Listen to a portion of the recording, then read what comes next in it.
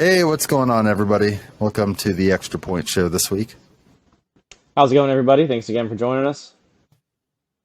Hope that you guys are all having a great week. And tomorrow is Thanksgiving, so happy Thanksgiving to everybody. Eat lots of turkey and mashed potatoes and stuffing and gravy. Those are like my top four, so those are usually what I think of. Yeah. I'm a big biscuit guy, too. I'm a big fan of biscuits as well. Get a little roll. Or the crescent rolls. Oh, yeah, because they're like usually just bread, not biscuits. I mean, everyone's family's different, but I never really had biscuits at Thanksgiving. I feel like I kind of missed out. We always would fuck with the crescent rolls. So that's a good idea. I'm a big fan of those. But yeah, definitely mashed potatoes. Obviously, are a big one. Stuffing.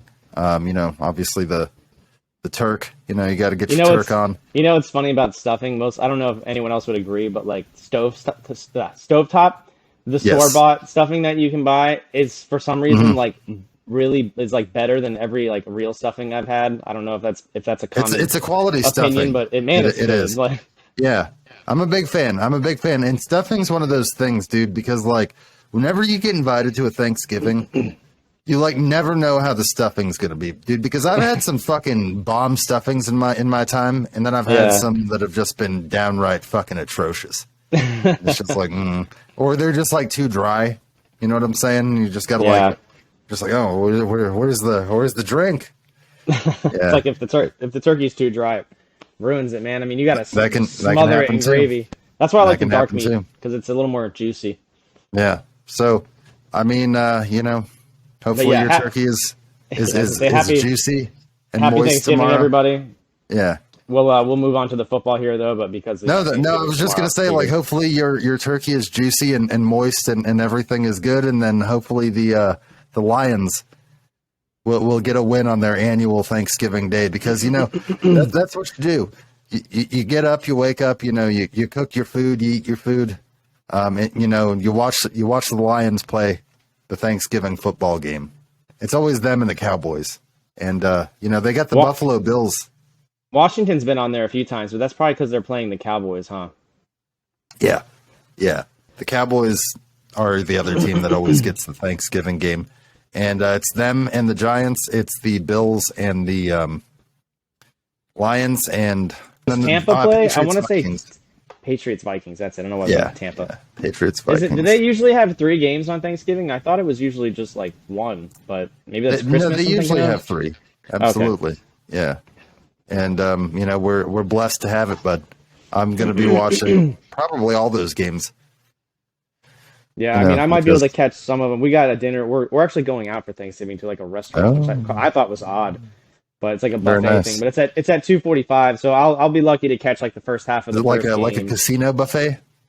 No, it's this place called the Island Way Grill, and they do a Thanksgiving dinner, I guess, and you pay a set price and you just get whatever you want. It sounds cool, but I'm a little oh man. There's no leftovers though. Like, damn it. Yeah. That's the one. I mean, I don't usually like leftovers, but with turkey and mashed potatoes and those things, that shit reheats great. Line your pockets, dude, and wear a big jacket, dude. I'm hoping like you can take a box or something at least. Like, yeah. Maybe you can take like what's left on your plate. Like, go back for like a plate that you don't have room for. Take like 2 bites. Like, oh man, shit. Looks so good. Can I get a box? Yeah. I guess I'll see. I've only done that, I think, one other time when I was a lot younger for Thanksgiving. So it's not something I've done a lot. It kind of caught me off guard. I'm like, oh, we're not making food? Oh, okay. It's like, But I'm excited to see how it is. It does sound like it'll be good. They have tons of stuff. I mean, I think they even said they have crab legs and shit out too, which, I mean, it's not a Thanksgiving thing, but God, I can never turn down crab legs. Yeah. But yeah, sorry, off topic. No, that sounds very bomb, actually. Yeah, I mean, as far as what's going on, obviously we're going into week 12, and I guess the biggest thing, I'd say the Zach Wilson one is definitely the most, given the way he came out in the press conference and is asked if he has any responsibility for the offense lacking, and he says no and walks away. That does not bode well for the future of him or the Jets if he continues to have this mentality. Yeah, we just watched this. So I mean, after this, obviously, right after the game, which we'll mention this game real quick. It was a 10-3 Patriot win. Also notable about this game, Bill Belichick picking up his 14th straight win over the Jets. 14 in a row, which is the longest active streak over one team in the NFL. Yeah, that punt return really saved their skin there, because it was looking like it was going overtime. Yeah, exactly. That's what I was going to talk. Game tied 3-3, like less than a minute to go. They end up punting, and it's returned 84 yards for a touchdown. And, New England with the walk-off win. It's one of the craziest endings to a game. Because, sure, you usually see the offense score something, with some miracle touchdown at the end of the game. But how many times is it the special teams unit? So not often. And the look on Robert Saleh's face just said it all, dude. Yeah, he was just like he didn't even put his hand, but you could just tell from his face inside. He's just like, really? Absolutely. Absolutely. I mean, the Jets offense, dude, was atrocious. And I mean, this is why Zach Wilson was benched. I mean, in his 7 starts this season, he has 4 touchdown passes. And in this game, he was 9 for 22, 77 yards, sacked 4 times, QBR of 24.5, rating of 50.8. And, normally he at least brings you the illusion of he's dangerous with his legs because he is mobile. He had 3 carries for 26 yards, which was the leading rusher for the Jets. But still, I mean, their offense was absolutely terrible. I mean, they managed 103 yards of total offense in that game. Wow. And as you know, because we just watched it, he also blamed the wind for his passing ineffectiveness. He blamed the weather. He's like, well, it was windy, so you can't really take the shots down the field. He's not entirely wrong that wind obviously affects the game, but the way that he came out there and took no responsibility and no accountability, and zero. Then said the wind, it's like, okay, it's one thing if you're like, yeah, man, I played a bad game. I should have done better. Yeah. I'm not going to lie. The wind didn't make things any easier. Totally cool. But no, the way he came out and said it was just... I will say this. So this kind of kicks his argument in the dick a little bit. Mac Corkle Jones on the other side, 23 of 27, 246, no touchdowns, no picks. Mac Jones did get sacked 6 times, so a total of 10 sacks between the two sides. But, I mean, Mac Jones was playing in the same weather. It's not like he was playing in a dome. And so it's like, all right, Zach, I get it. That's a valid excuse, but why did Mac... It's a valid, low-level excuse. It's a minor inconvenience to, okay, yeah, if you played shitty, okay, sure, it was windy. Maybe that affected it. But, the way he did it. And also, another thing with this whole move that I thought was weird, they're going to start Mike White instead of Joe Flacco. Mikey likes it. I don't understand why they would do that. I mean, Joe Flacco, I would think, would be a better option. But Mike White had that huge game last year. I don't know if you remember that, but he went off in this one game for the Jets when Zach Wilson was hurt. But, I mean, I looked into that, too, because Flacco has been named the backup. So he's active. He's not hurt. So I don't know. Maybe they just want to see what he can do. But kind of an interesting move because the Jets are, 6-4, so they're still in the heart of the playoff race. So yeah, I can't even believe I agree with you. I'm kind of surprised they didn't go with Flacco as well, especially because when Flacco was in there, he was averaging 300 passing yards a game. I mean, I know you remember he started the first 3 games. Yeah. But yeah, definitely an odd move, but I guess we'll see how it goes. I mean, they are 6-4, despite Zach Wilson being atrociously awful. So yeah. There was this thing that I saw, dude. This guy did this Jets fan did a coin flip before the season where he flipped it for, for heads or tails, heads for the win, tails for the loss for every Jets game this season. And so far through 10 games, he's been right. So he had the Jets going 11-6 and losing in the conference championship. So if that ends up being right, what kind of magical foresight is that shit? I'll put it up on the screen too, but it kind of shows you that a lot of it is just kind of luck. I mean, you can never really, and those sheets, pick who wins and loses. It's like the chance. Yeah, well, he had him losing both times to the Patriots, which is, I guess you could figure they had lost coming into this season 12 times to the Patriots before. He's lucky the coin flip landed on a loss on those games because, you know what I mean? It's just total luck. But that is cool because that's how, even when you go through and you try and think about it and, well, this team has this, never matters. It never matters. Yeah. You're never right on all of them. Well, a team that should not have, like the Texans beat like, the Eagles or something. I mean, and you're like, well, what the hell, dude? Like, yeah, like last year when the Lions beat Arizona, I remember like the Cardinals were red hot and the Lions, getting a big win. Yeah. But yeah, so that's not the only. So like I said, 3 quarterback changes happening this week. So Mike White getting the start for New York against they play Chicago. So that'll be an interesting game because it's, Justin Fields has a shoulder injury himself. So it's going to be interesting to see whether he plays. Yeah, I was saying, assuming he starts or not, that makes a huge difference. Yeah, absolutely. Absolutely. Because the Bears have been a lot more competitive recently. They're still 3-8. They've been losing pretty much all the games. But yeah, they've been hanging around there. They just lost 27-24 to Atlanta. So kind of a heartbreaking loss there. This next one that's on the list here is really kind of funny to me because Kyle Allen is an atrocious quarterback. He's terrible. Howdy-ho, Kyle.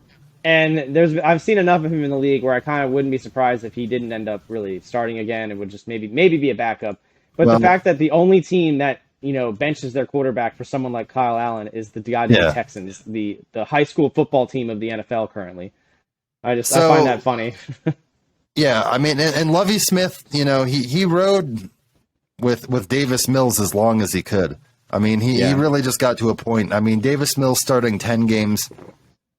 He had his worst game of the season, though, going 19 for 33, 169 yards, no touchdowns, 2 picks, sacked 5 times by the Commanders' D, quarterback rating of 46.2.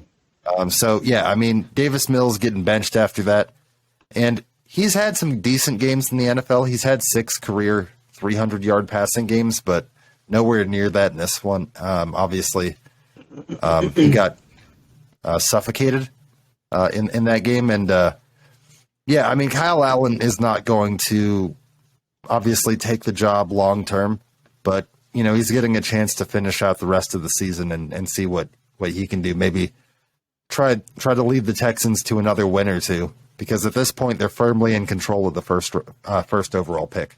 Yeah, they need to kind of just hang on to it. I mean, everyone else has 3 or more wins, right? I think that's the next lowest amount of wins. Is 3. Do you think this could be the start, the tanking, the making the move here to Kyle Allen, the start of the tanking? I don't even think they don't even need to try and tank. They're so bad anyway. They're obviously going to be getting the first round pick, or the first. I feel bad for Damian Pierce, their talented running back, because he's like the only good talented player on that team.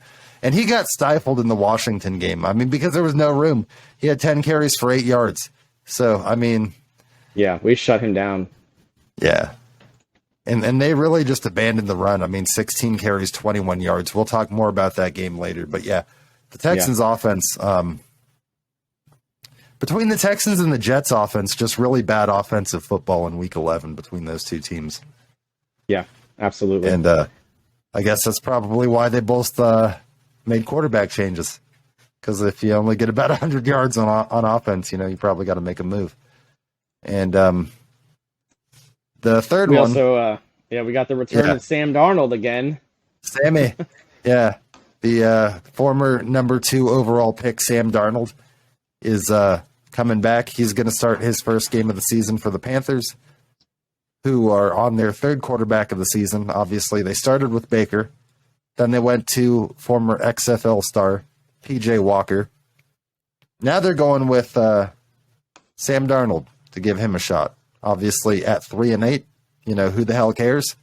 They're going to have a top. Did you say P.J. Walker was in the XFL? I'm sorry to cut you off. Is that what you said? That's why people have said Taylor Heineke is like a white P.J. Walker. Yeah. Oh, okay. Yeah, that makes more sense to me. Yeah. Okay. P.J. Walker, the former XFL star. I just had to clarify. Okay. Aha. Yeah. All right. We're going to talk more about obscure league football here in just a little bit. But absolutely. Yeah. But yeah, so Sam Darnold's going to get an opportunity. Obviously, he was acquired last year when Matt Rule was still the coach and was the starter for most of last year before they as you remember, acquired Cam Newton, and he made his famous return to Carolina, only to get one win over the Cardinals, albeit that was another one of their downfall losses.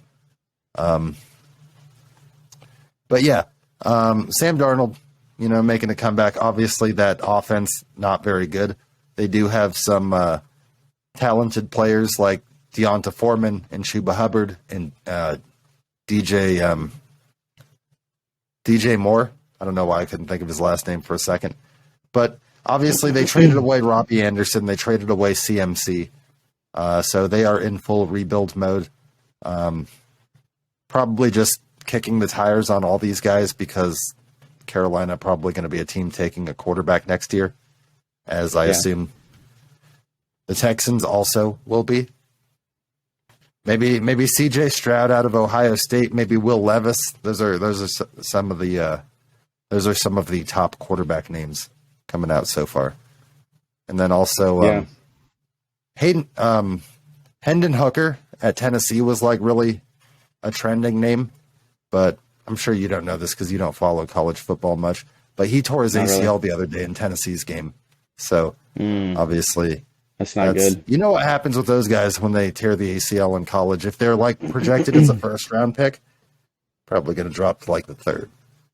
Which can be good for teams sometimes if he heals fine.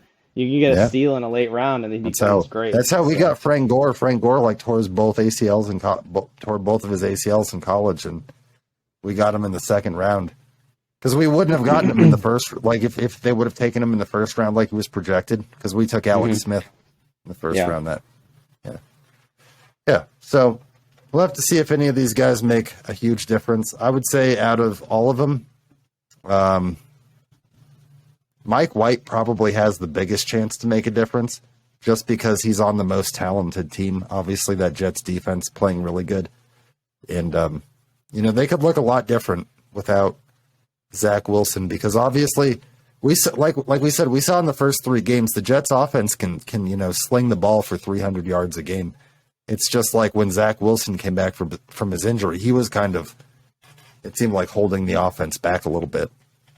Mm-hmm. So the USFL is going into its second season, and a couple changes now with the USFL. It's, as you probably remember, last year it was only based out of Birmingham, Alabama. All 8 teams had to kind of share the stadium there, and it was like just a centrally based location where they all played games in that location. Mm-hmm. They've now expanded the XFL cities to 2. It will now be hosted in Birmingham and Memphis. So instead of sharing the one stadium, there will be, 2 sites now. It was also announced November 15th that the Tampa Bay Bandits, so if you were going to get into the XFL, the one team that you would have probably gotten behind on, will temporarily not be playing in the 2023 season and instead would be taking a temporary hiatus. This comes with the announcement and return of the Memphis Showboats. So still going to be 8 teams. They're just replacing the Tampa Bay Bandits with the Memphis Showboats. So just wanted to touch on that for just a brief moment and talk about that. Also, we're approaching the start of the XFL season. They just had their draft recently where they actually drafted a lot of the USFL players for the XFL. Interesting. It'd be interesting if it ever takes off, and people start watching it because I kind of forgot about it. It's lasted to a second season, which is a lot better than people thought, and obviously with the XFL, this is now the XFL's 3rd attempt at a reboot. Each time it's lasted 1 season before. One time, obviously COVID was a major factor in that being derailed, but. We'll have to see. The Rock owns it now, so if anybody can get it going, I'm sure it's him. Okay, next thing I just wanted to mention. So, obviously, I feel like I and a lot of people were, kind of wrong about this Jeff Saturday thing. Obviously, a lot of people shit-talked it, and were like, oh, this Jeff Saturday thing's going to be terrible. Then he goes out and he wins his debut over the Las Vegas Raiders, 25-20. And obviously the Raiders have been a shit show of an organization themselves, but yeah. You know, to prove that it wasn't necessarily a fluke, in his second game as head coach, he, you know, takes the 8-1 Eagles, now 9-1, you know, to a 1 point loss. It was a 17-16 game. So in his, you know, he's 1-1 in 2 games as a head coach, and the Colts have looked progressively better. Obviously he's gone back to Matt Ryan as the starter over Sam Ehlinger. And yeah, I think the reason for that is because Matt Ryan's a veteran quarterback and he has a lot of experience, and Jeff Saturday, not having any coaching experience, needs a quarterback that he can kind of rely on that already kind of knows what the hell he's doing. Like for sure. Tom Brady, like Matt Jeff Ryan, Saturday's trying to get Tom himself Brady. that permanent job as well, you know, and you know, so far he's making a pretty decent case for it. He comes in and he's like, well, Sam Ehlinger, who doesn't know shit, or Matt Ryan, who, like, we know what he's about, but like he got sacked. Sam Ehlinger got sacked 9 times by the Patriots. Yeah, that also makes it hard to keep him in after that. Yeah, exactly. But the reason I mentioned that is because after that game, the 25-20 loss for the Raiders, Mark Davis, the Raiders owner, was asked about Josh Mc. What? Chucky? Is that guy nicknamed Chucky? No, that's John Gruden. Oh man, this guy he's creepy looking though. I'm not wrong. Mark Davis, he's like red hair and he's got the bowl cut. He's really creepy. Yeah. So he looks kind of like Chucky, like the doll. Yeah, but John Gruden was always the one that they called right. Chucky. Yeah, you're right. Yeah. So, when they asked him about Josh McDaniels, because at that point, after that loss, the Raiders had fallen to 2-7. Now they are 3-7 because they did, you know, this past weekend pick up a huge win in a game where it seemed like actually both teams were trying to lose, but they beat the Denver Broncos. So the Raiders now 3-7. They asked Mark Davis about Josh McDaniels' job performance, and he was quoted as saying that he thinks Josh McDaniels, and keep in mind that the Raiders were 2-7 at this point, but he was quoted as saying Josh McDaniels is doing a fantastic job with the Raiders. So, and you know, keep in mind that this is a Raiders team that was in the playoffs last year when Rich Bisaccia took over for John Gruden, you know, 5 games into the season. So they've basically taken a team that was a playoff team last year. Josh McDaniels, like the only new head coach inheriting a playoff caliber team, and they've turned it into a 3-7 shit show. And they added talent. They got Davante Adams. So it's like you would, that team should have gotten better. But I mean, they have had Waller and Renfro both go on IR. They had Blake Martinez, a linebacker. You remember Blake Martinez, former Giant. He was a free agent. They signed him. He was with the team a month, and he just up and retires to go sell Pokemon cards. So everybody wants out of there. It's crazy. It's crazy. I mean, they were asking Davante and like about Josh McDaniels' offense, and he's like, "This is like." Been the same thing, like some a bunch of bullshit that just doesn't allow you to move the ball. It was like some unorganized shots or like some grade school bullshit or something. A lot of this year, and that's like what talking about. Yeah, but they did get a big win over the Broncos. Like I said, the game went to overtime at 16-16. It seemed like both teams wanted to lose that game because they're both terrible. And Derek Carr, just got lucky and hit a wide open Davante Adams wide open, 35-yard touchdown pass in overtime. That helped me in fantasy. Yeah, he had 2 touchdowns on the day. Derek Carr threw 2 touchdowns. They both went to Davante. 7 for 141 and 2 touchdowns, so I'm sure it did. It's a hell of a game. He's the only thing they've got left other than Josh Jacobs. Yeah, I know, right? Yeah. And then, but I just thought it was funny that he said he's doing a fantastic job. I was like, are you watching the same game? Yeah. Anyway. So this next event happened down in Mexico in the late hours of Saturday evening. The Cardinals fucking fired offensive line running game coordinator Sean Kugler following an incident in Mexico City on Saturday night. where he allegedly groped a woman. And, where did you find the allegedly groped him? Because I remember seeing the story and I tried to find out what he did and I didn't find anything. Schefter came out with these details today. Okay, yeah. It was today. Because at first, Kingsbury didn't say anything about it. Kingsbury's statement was very generic. He said, we relieved him of his duties and he was sent home Monday morning prior to the game. It's challenging anytime you have to make a staff change in that type of a manner. So, yeah. No details released. It was only released today by Schefter that it was for allegedly groping a woman. I don't know the extent of the situation. I think maybe I may have heard that it was at like a hotel or a hotel bar or something in that capacity. But this is I believe the second Cardinals assistant coach that's been fired for a sexual assault charge now. So kind of an interesting I don't know what kind of guys Cliff's trying to hire down there. Yeah, right. Jesus Christ.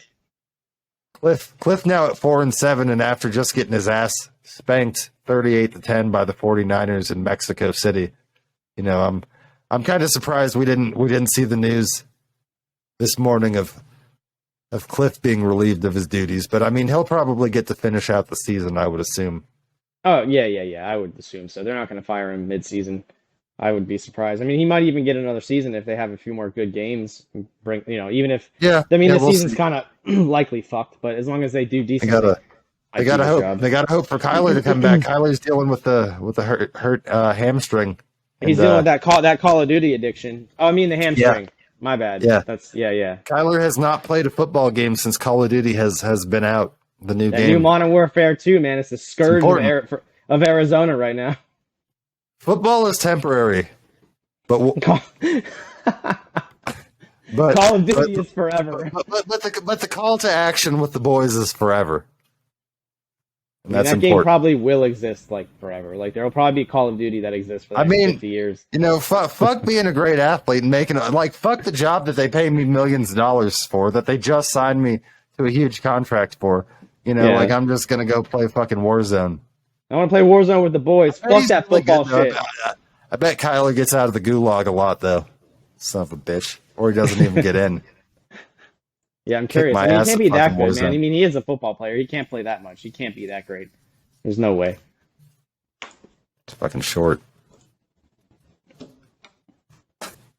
So I actually have some stuff for the fantasy this time because Isaiah Pacheco and Rachaad White, I was gonna say, if they're available in your league, you should pick them up because I mean, it's a good flex. It's a good flex position, and Rachaad White.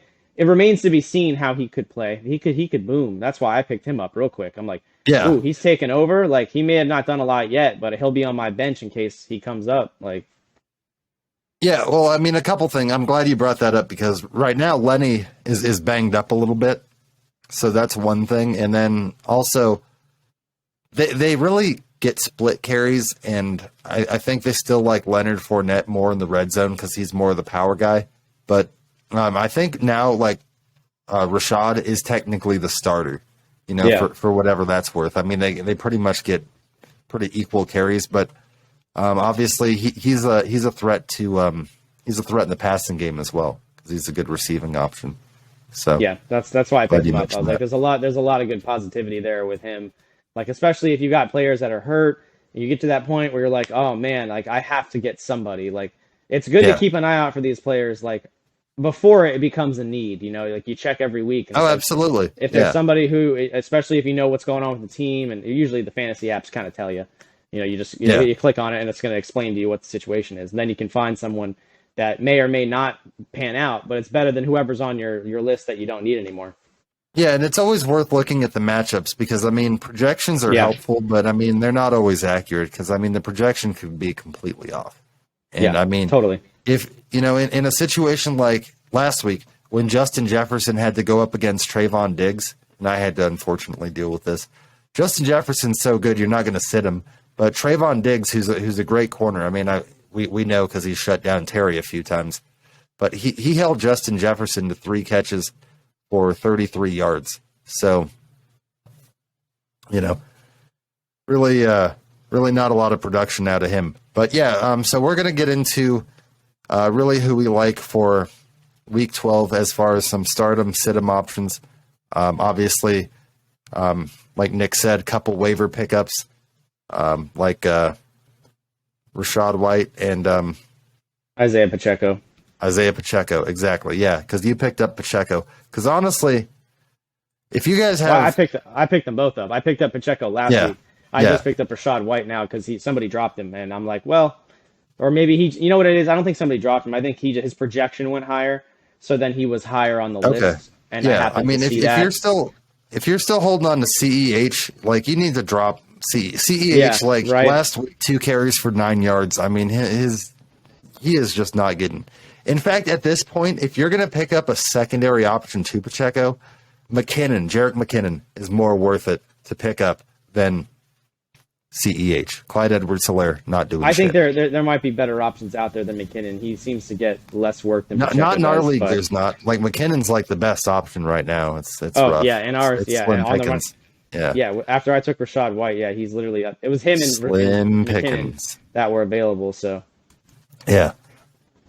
All right, so here's some guys that I like here. So Jeff Wilson getting to go up against obviously a cake Houston defense that ranks 32nd to opposing running backs. Obviously, we just saw them with go head to head against Washington, where Washington ran for 153 on 40 attempts. So teams are gashing Houston, and I don't expect that to change. I also, if you have Raheem as well, I like that as well because they have been getting pretty close work. I mean, it is worth mentioning that I have Raheem. Yeah. I just wanted to mention because we talked about this a couple weeks ago. Last week for the Dolphins, Jeff Wilson totaled 61% of the snaps. And let's see here, he racked up 17 rush attempts and 5 targets. So, I mean, it's seeming like he's getting more favorable, more consistent usage right now than Raheem, which isn't necessarily a great thing if you're a Raheem Mostert owner. But obviously, it could also be another factor that Jeff Wilson coming in with a little bit fresher legs at this point, and obviously Raheem with his injury history could be just Mike McDaniel attempting to give him, a little bit of a breather at this point in the season. But remains to be seen. But I do like both of them because I think they're both going to go off because B-Rob, Brian Robinson, and Gibson both had pretty good games against Houston, and I expect that to Gibson had a better fantasy day, I think, but Brian Robinson is what gave us those short power runs and how we maintained the ball possession for 40 minutes. No, I'm thinking of the Eagles game. I'm sorry, but it was also lopsided in the Texans game. I don't remember the. Yeah, number, I mean the time of possession in this game was also 34 minutes to 25 minutes, or 35 minutes to 25 minutes, 34:56 to 25:04. Okay. So about 10 more minutes. Makes sense. That's a lot. Yeah, definitely. Yeah, so I also like for a matchup this week, James Conner, the Arizona running back, against the Chargers. Obviously, the Chargers rank 30th against the run. They've been getting gashed all season long. James Conner coming off a really good season last year where it seemed like he scored a touchdown every game. Hasn't been producing to quite that level this year. But he does still have 356 rushing yards, 4 touchdowns, and 151 receiving yards. And he's still, Arizona's number 1 back. It's possible that Colt McCoy gets the start. And if that's the case,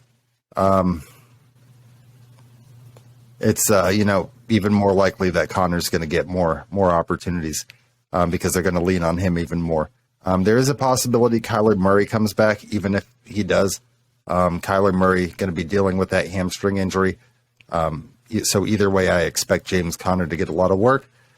So I would go ahead and if you have James Conner, start him against the Chargers because that's going to be a favorable matchup.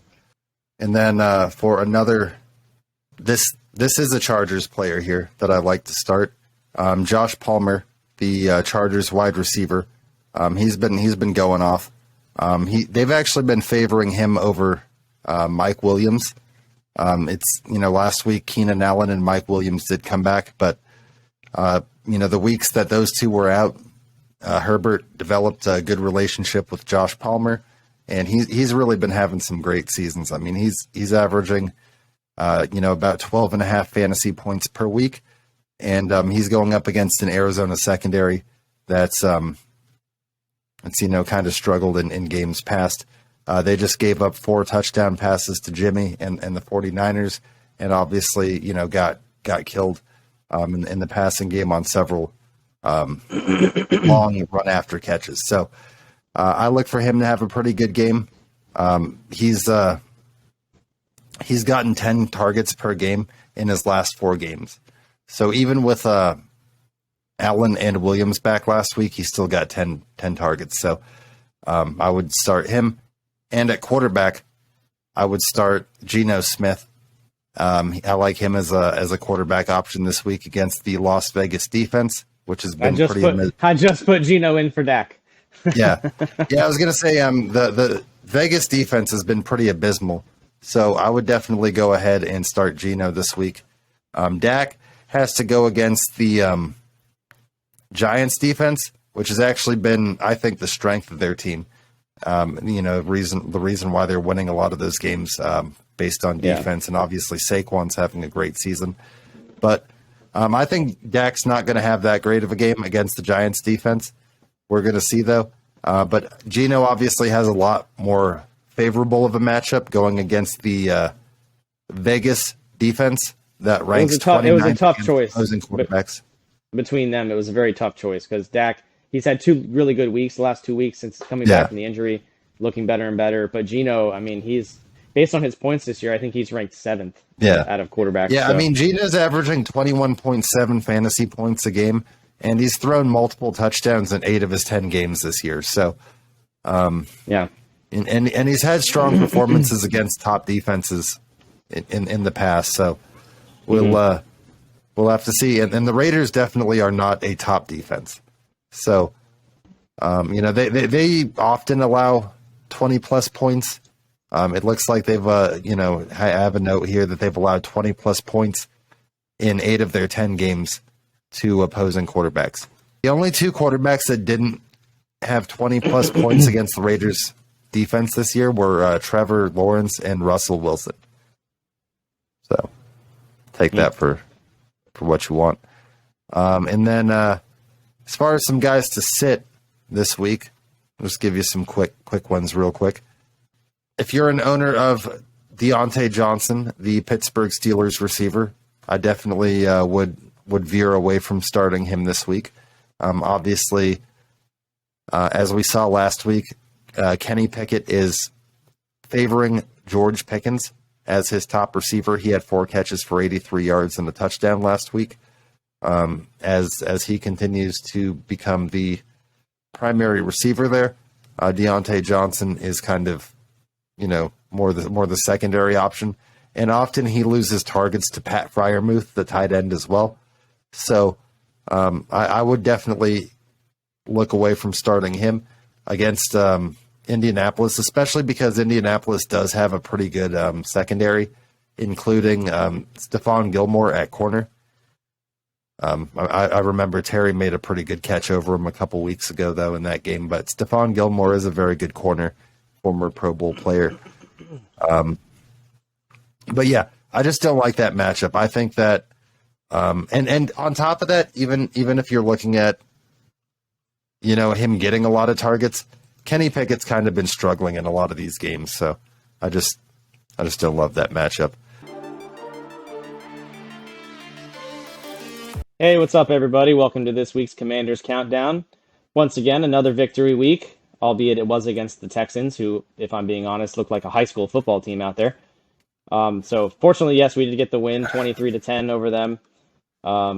Again, it was kind of a similar story with Heineke as last week. Didn't really play the greatest, but also, I guess, not awful. He made plays when it was necessary, but he was 15 for 27, 191, no touchdowns, no interceptions.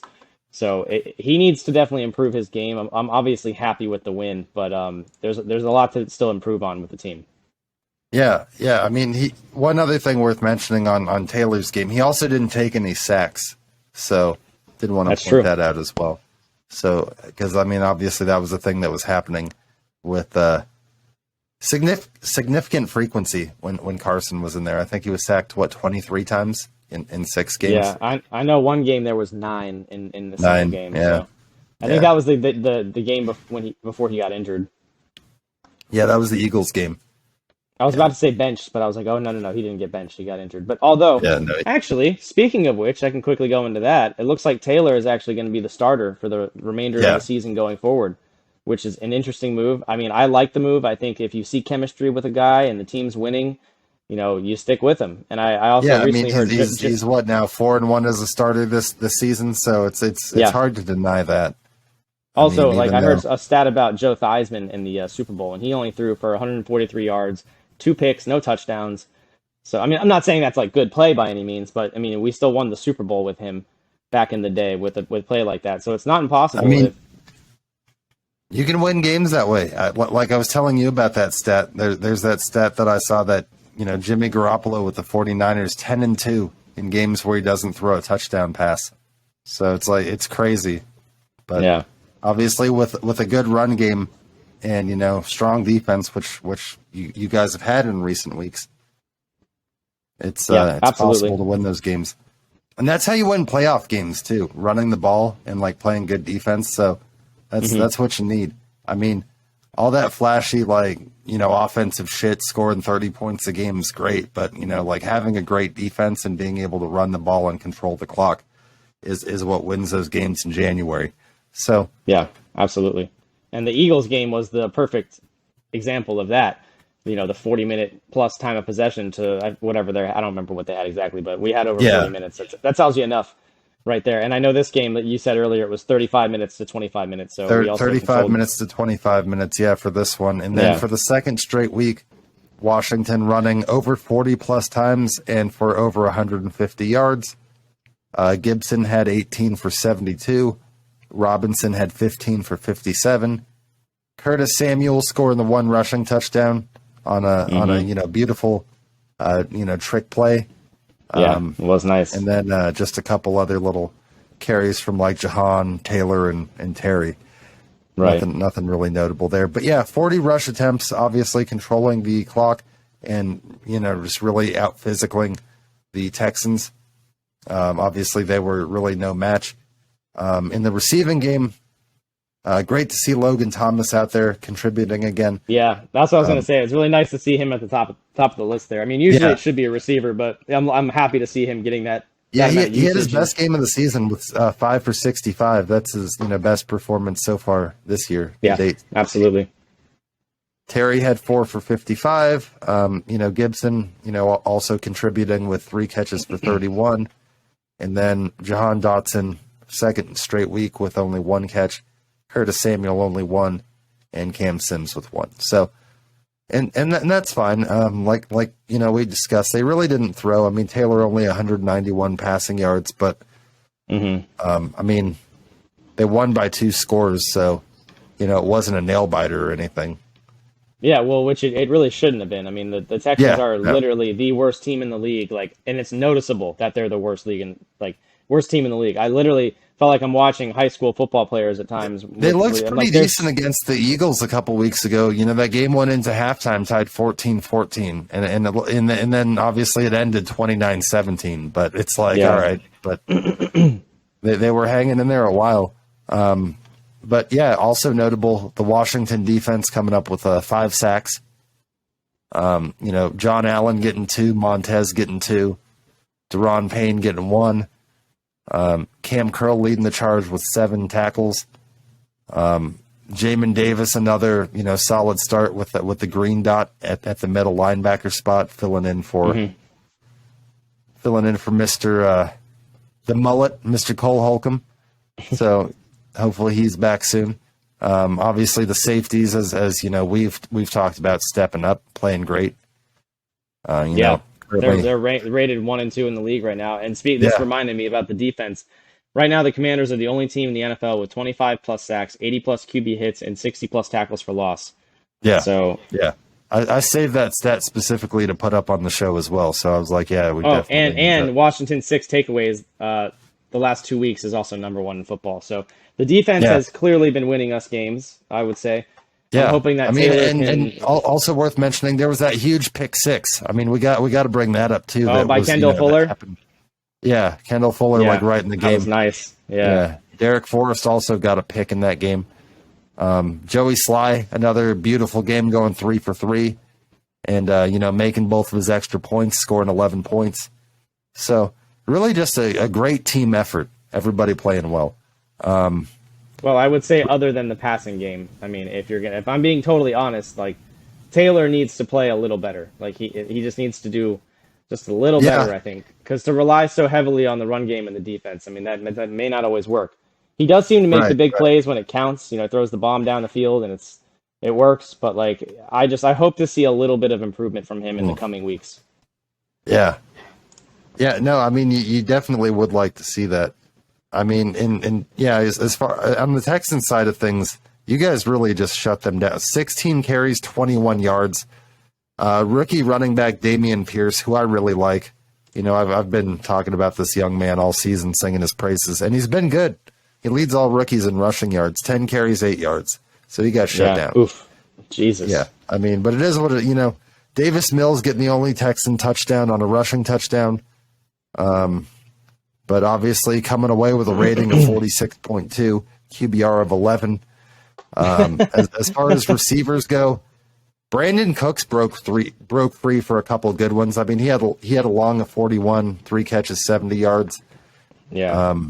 But him and Nico Collins were the only two that really did anything. But they didn't really, do anything with it. They made some big plays, but they often squandered the opportunities down there. So, I mean, Texans doing what the Texans do. Obviously, we talked about this earlier in the show.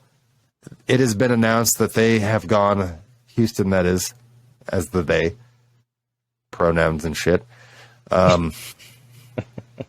But yeah, it's been announced that Houston has gone with former Washington quarterback Kyle Allen as their starter moving forward. So, good luck. Good luck with that, you guys. Yeah, I hope you have fun. I'm sure you guys all know how that went in the past. Kyle, one of the Ron Rivera favorites that I joked maybe is like Ron's long lost son-in-law because he stuck around way longer than he should have. Right. But yeah, I mean, that was a great team win. Obviously, it would be great to see the passing game develop a little bit more. But I think that'll happen with time. One last thing I will mention about Taylor, as a comparison to Carson. I saw this stat and I thought this was fascinating. 13 dropped passes with Carson Wentz in there, 0 with Taylor Heineke. I know, right? Isn't that crazy? Not a single one that's dropped. Wow. Like, what? What? But you know what I think it is? I think because Carson, he does have a much stronger arm, and I feel like he's throwing like these laser bullet passes for like a 6-yard. Yeah, and it's like, bro, you need to tone it down a bit. So when he hasn't been as accurate in the last few years as he used to be. Comes in there and he's lasering it. And he just beautifully lofts the ball. Floats it in. Yeah, it's like Carson, he has the arm strength, and I appreciate his deep throw ability, but like, dude, he doesn't know how to tone it down at a short distance. And I think that's really what a big part of it was. You know what would be good to do with him is like he's we'll mention this, Carson Wentz designated to return to practice. He's back. He's officially reactivated. But I'd like to see whenever they want to take a shot, maybe like line Taylor up as like a receiver or some really wacky shit. Like, did you see what Tampa did the other day where they had Tom Brady up as a receiver? Yeah, that was ridiculous. And he trips. Yeah. It's like, I saw the press conference and Tom was like, Lenny, no. That was hilarious. Yeah, anyway. But yeah, also, Chase Young is also activated. I don't think I mentioned that yet, which is definitely big news. I know everyone's been waiting for that for a goddamn year. Although the thing is with it, take it with a grain of salt. Yes, he's activated. Yes, he will probably play a few snaps. That's it.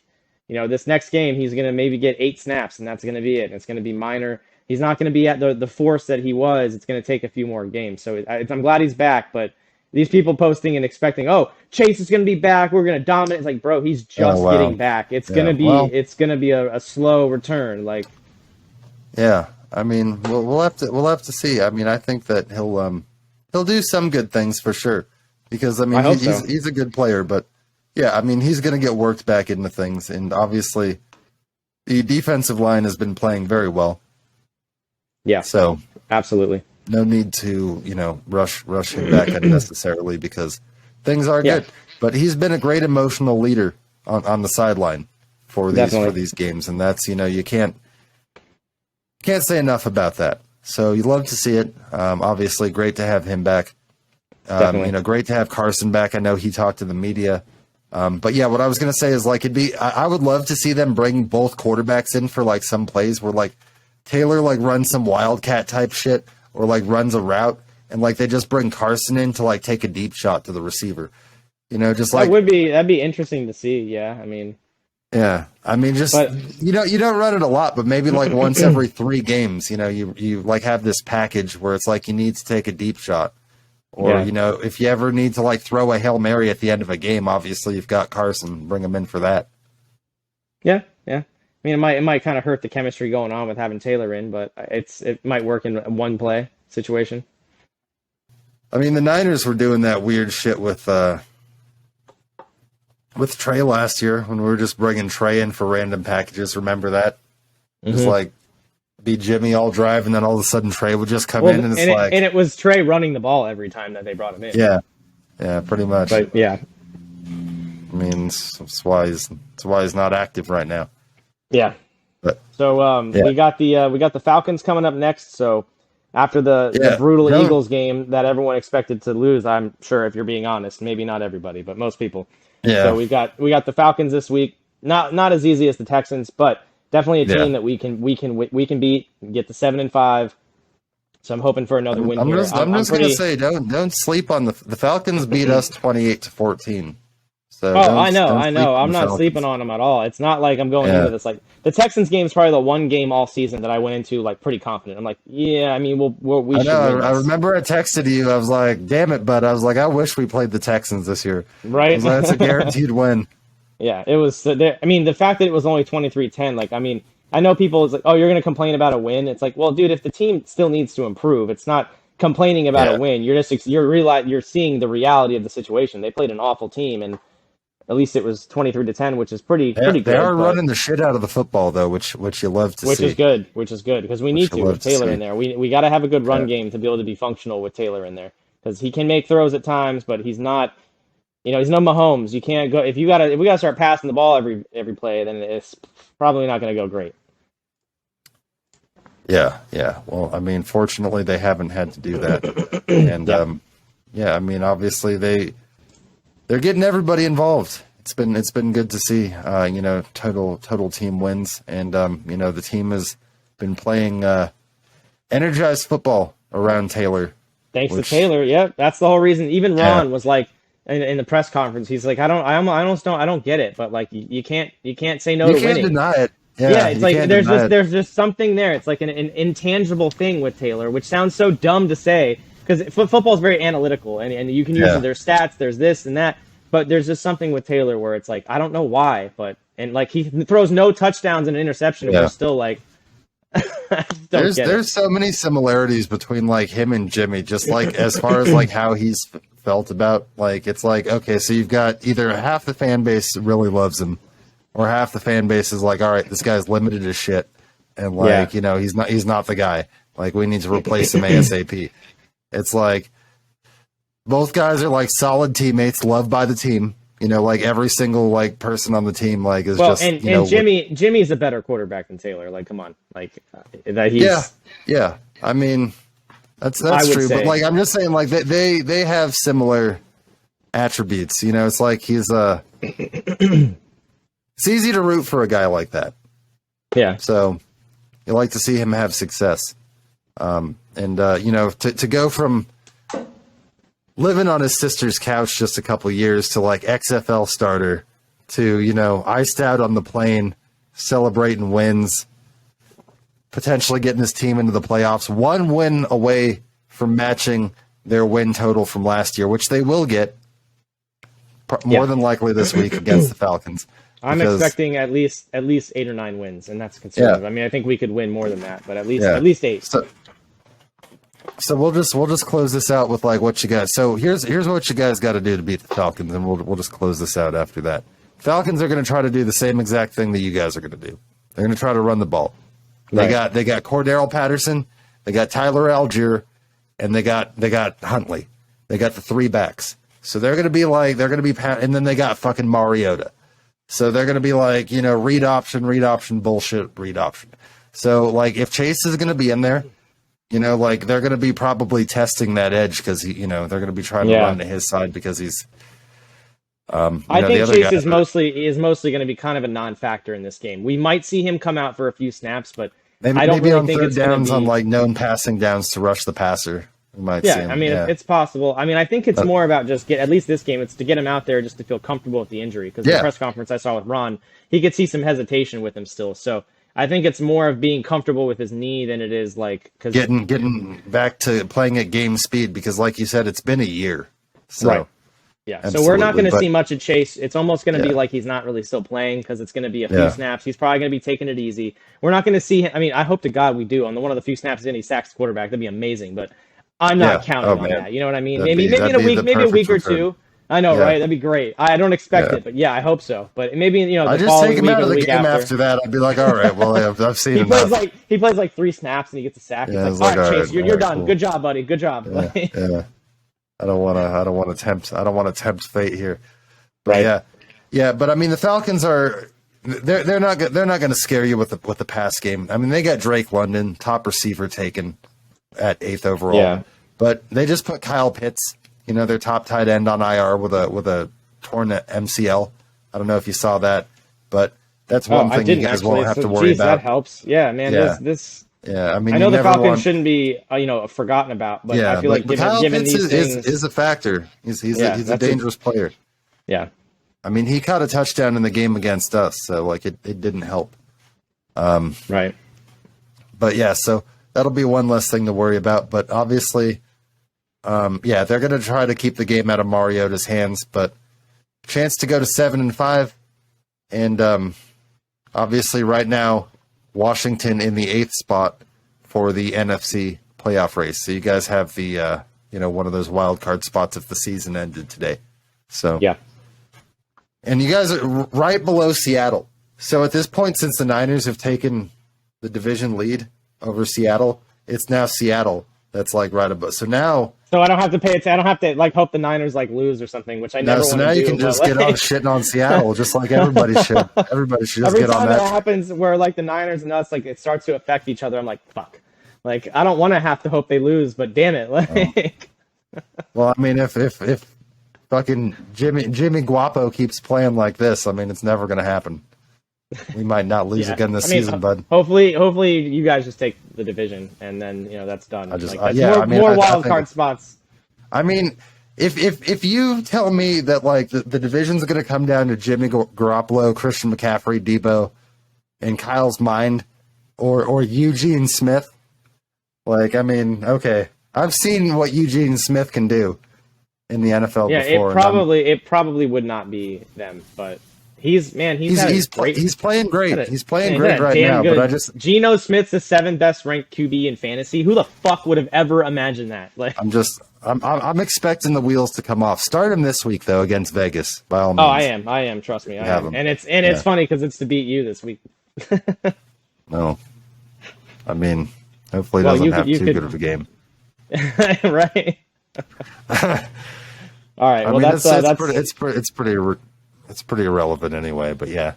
Yeah, I guess you're kind of fucked at this point, but yeah, that's all we got for you this week. He's not happy about that one. So join us next week after we cover the Falcons game. Hopefully the 6th win out of the last 7 games keep that streak, kind of streak going. But yeah, thanks everybody for watching and join us next week. Have a good night. Oh, and happy Thanksgiving. Happy Thanksgiving.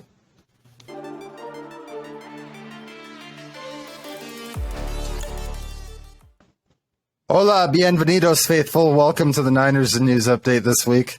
Obviously, starting off in Spanish. The game obviously taking place in Mexico City at Estadio Azteca. The they obviously have a lot of huge soccer games there.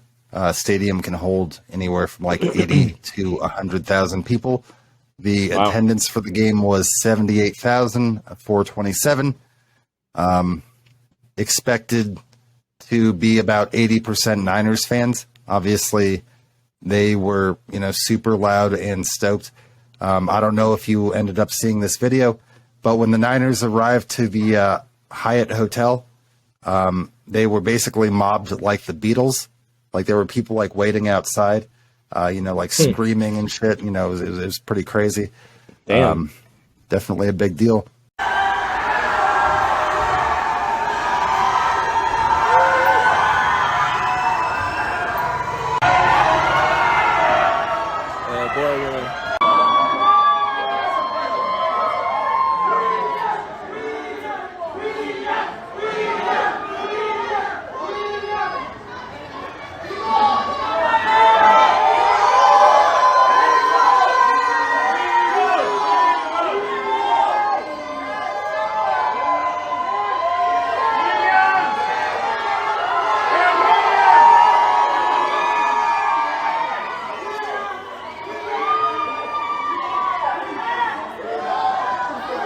Definitely made the Niners feel at home. George Kittle was wearing his Mexican luchador mask like he likes to bust out. George Kittle, of course, beloved in Mexico. Worth mentioning because there's a graphic that has the 5 top highest selling jerseys in NFL Shop Mexico. Number 1 is Josh Allen. Number 2 is George Kittle. Number 3 is TJ Watt for the Steelers. Number 4, surprisingly, Mac Jones. And number 5, Nick Bosa. So, Mac Jones. Why the fuck is Mac Jones on that list? Mac Jones is the one that surprised me the most. Yeah, the Niners I wasn't too surprised by, but I was like, okay, Mac Jones for the Patriots? Yeah, they're kind of close to Mexico. I think they'd maybe like the Cardinals or the Niners, given the proximity to Mexico. Yeah. But, Mac Jones. Matt Corkle Jones, baby. Oh, McCorkle. Yeah.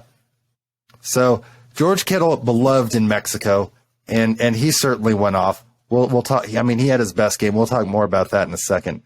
One thing I did want to mention before we get too far into that, because I know we talked about it, but we didn't talk about it on the show last week, was when Jimmy and Christian McCaffrey, Kittle, and Juszczyk all went to the Warriors game last week, and Jimmy got mobbed by the Warriors cheerleaders. And they basically ignored the other guys, and basically every single one of these Warriors cheerleaders came up to Jimmy and shook his hand and was spending a minute talking to him. And Jimmy's all grinning ear to ear. He's happy as hell. And as soon as they walk away, they're all high-fiving Jimmy, and Kittle's bowing, to Jimmy. So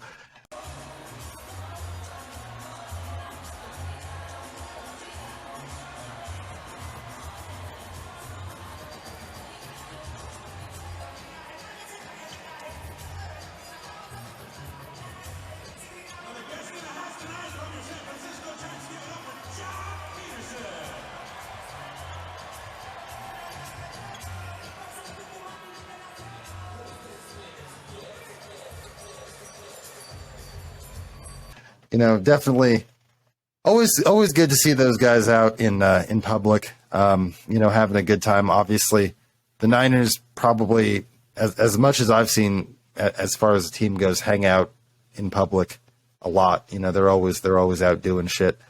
Yeah. They did the Halloween thing, which I remember showing you that picture. That was pretty hilarious. Yeah. But yeah, I mean that they've got a lot of team camaraderie. I think that goes a long way into their success. Obviously, that locker room is super tight knit. But yeah, they ended up asking Kyle about it, and Kyle's like, "Yeah, this is something that happens a lot."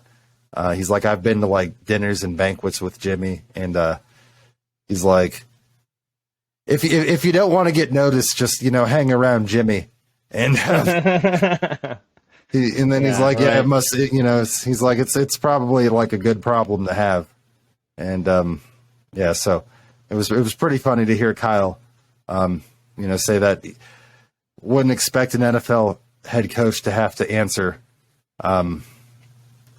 questions in his press conference about his quarterback's looks and getting mobbed by cheerleaders. But yeah, I mean, Kyle thought it was funny. And I mean, I think that was one of the better press conferences of the year. Yeah, he's like, give us an example. How handsome exactly is Jimmy? Like, I'm sure you got plenty of examples of.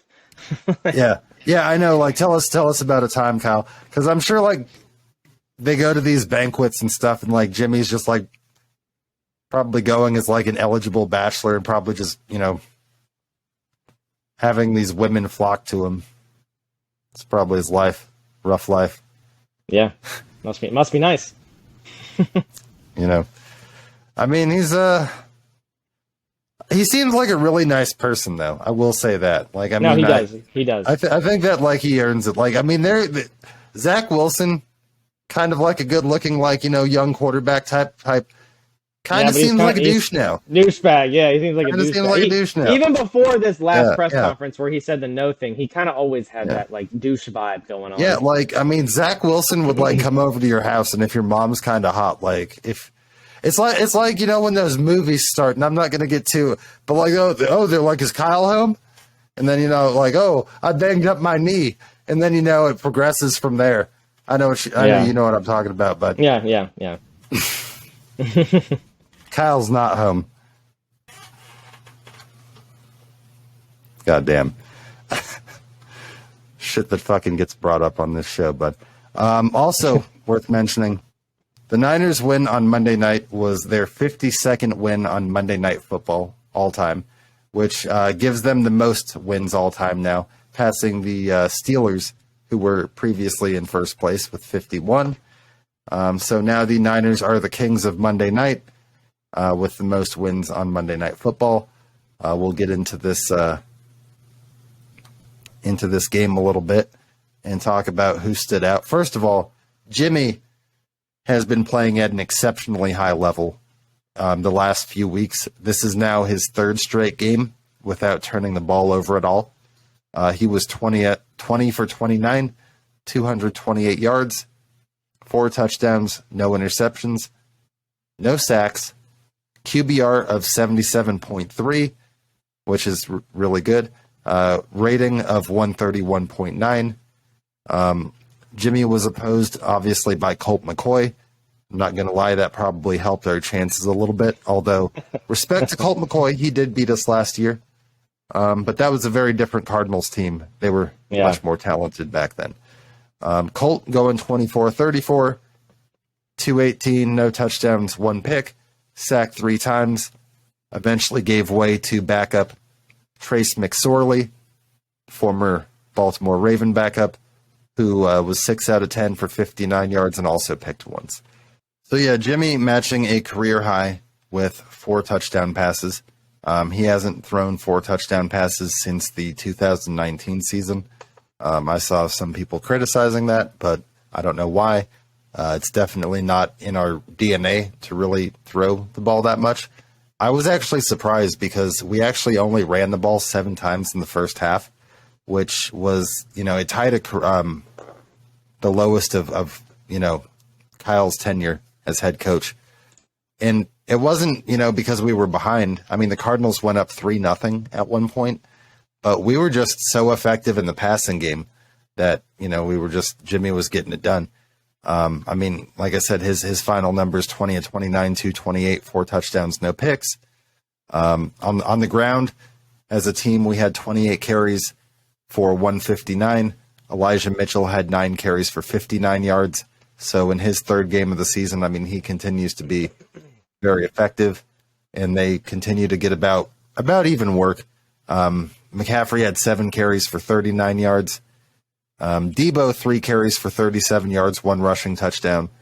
Jordan Mason in mop-up duty got in there, got 4 carries, so that was good to see because he's really just played special teams.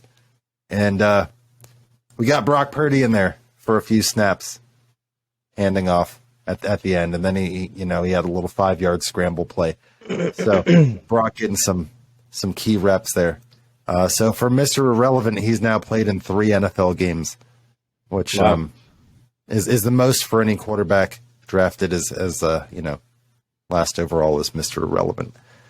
In the receiving game, Kittle had his best game of the season. 4 catches, 84 yards, 2 touchdowns. Really 2 awesome plays. For the touchdowns, I assume you saw them, where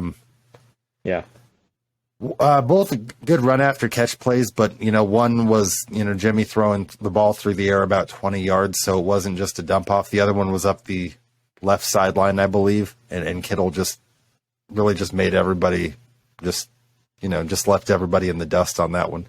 But he had a great game. Really good to see him bounce back after a 1-catch, 21-yard effort the previous week. You kind of figured after that he was going to bounce back and have a good game. McCaffrey had 7 carries, 67 yards. Debo had 7 for 57. Ayuk, only 2 catches for 20 yards, but both of those catches went for touchdowns. And, so not a ton of passing yards, but, the 4 touchdowns definitely crucial. And then also the, 1 Debo rushing touchdown. First, worth mentioning on the defensive side, the Niners have now shut out their opponents in the second half of games for 3 straight games. So the Cardinals scored 0 points in the second half. Defense was led by Charvarius Ward with 10 tackles. Dre Greenlaw had 9 tackles. Fred Warner had 5 tackles and a sack. Bosa had another sack, bringing him up to 10.5 on the season. And Kevin Givens had a sack as well.